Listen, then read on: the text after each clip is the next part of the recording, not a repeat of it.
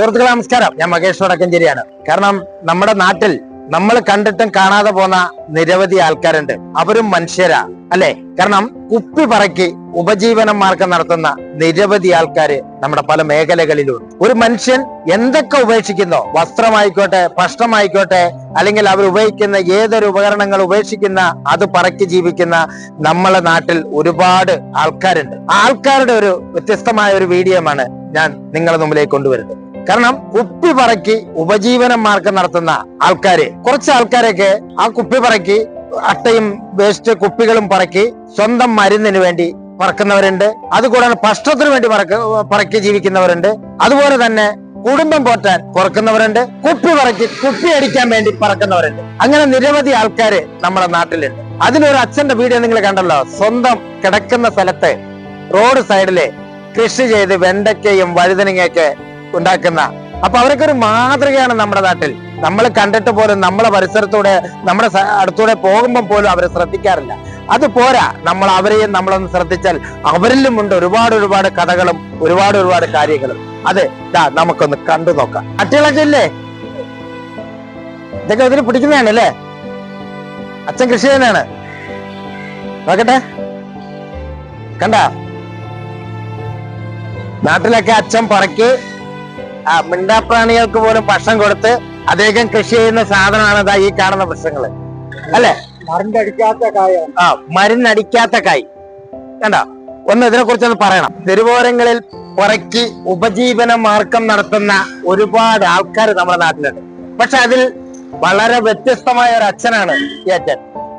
വടക്കഞ്ചേരിയുടെ ഹൃദയഭാഗമായ ഈ പാലത്തിന്റെ അടിയിൽ സ്വന്തമായി വെണ്ടയ്ക്ക, വഴുതനങ്ങ, അതായത് നോക്ക ഇതൊക്കെ റോഡ് സൈഡുകളിൽ കൃഷി ചെയ്ത് ഉണ്ടോ? കായുണ്ടല്ലേ? ഇതിൽ കായുണ്ട്, ചെറിയ കായുണ്ട്. ഈ കായൊക്കെ ഇത് നോക്കെ, കായ് ഇറക്കുന്ന കണ്ടോ? അടിപൊളി കായ്. അപ്പുറത്തൊരു കായുണ്ട്. ഇതെല്ലാം കായാണ് കണ്ടോ? വിഷമില്ലാത്ത കായകളാണ് കൃഷി ചെയ്യുന്ന ഒരു അച്ഛനാണ് കണ്ടോ? അച്ഛാ, ഇതൊക്കെ എത്ര കാലമായി കുപ്പിയൊക്കെ പറക്കാൻ തുടങ്ങിയിട്ട്? ഒരു 10 കൊല്ലമായി. 10 കൊല്ലമായി അച്ഛൻ കുപ്പി പറക്കുക അല്ലെ? കുറച്ചു കാലം ആരൊക്കെ ഉപദ്രവം ഉണ്ടായിരുന്നു. ഇപ്പൊ ഉപദ്രവമൊന്നും ഇല്ലല്ലോ, ആരും ഉപദ്രവിക്കുന്നില്ല അല്ലെ? അന്ന് ഞാൻ വന്ന് പറഞ്ഞതിന് ശേഷം ഉപദ്രവമില്ല. കണ്ടാ, അതാണ് അച്ഛന്റെ കാര്യങ്ങള്. ഇത് അടിപൊളി സാധനമാണ് കണ്ട, വഴുതനങ്ങ അല്ലേ? ഇത് എവിടുന്ന് കിട്ടിയ വിത്തൊക്കെ?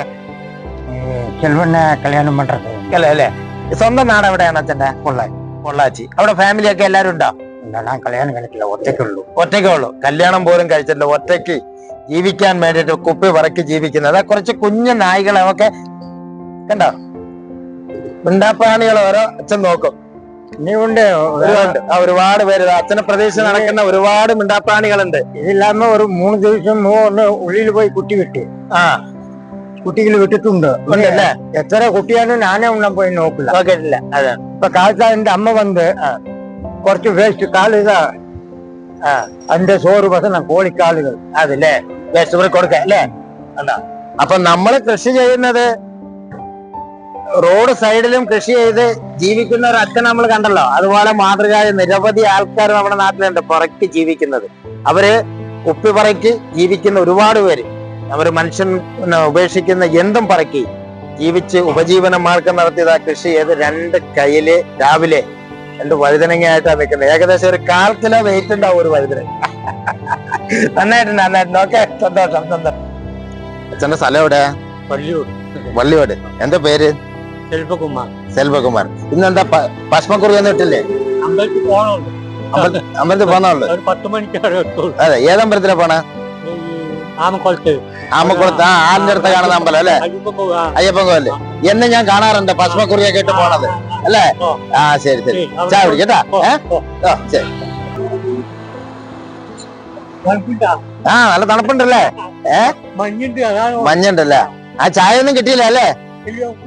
ആരും മേടിച്ചു തന്നില്ല? ആരും വാങ്ങിച്ചു തരാനല്ലേ?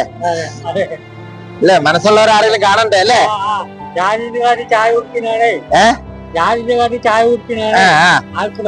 ആൾക്ക് വയ്യ, അങ്ങനെ ചായ കിട്ടിയില്ല അല്ലേ? ശരി കേട്ടാ.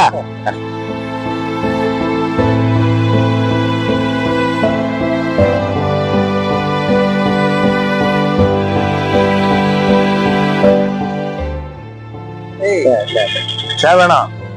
ചായ കുടിച്ചാ?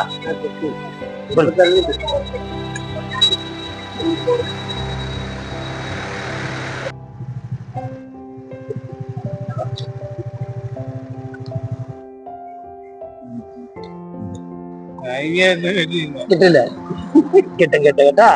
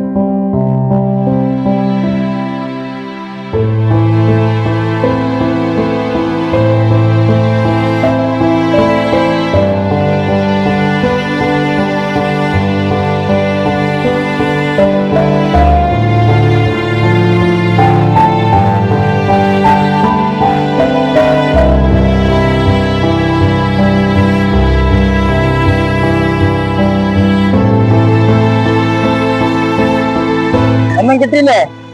ഒന്നും കിടച്ചില്ലേ? ഇല്ല. പാവ.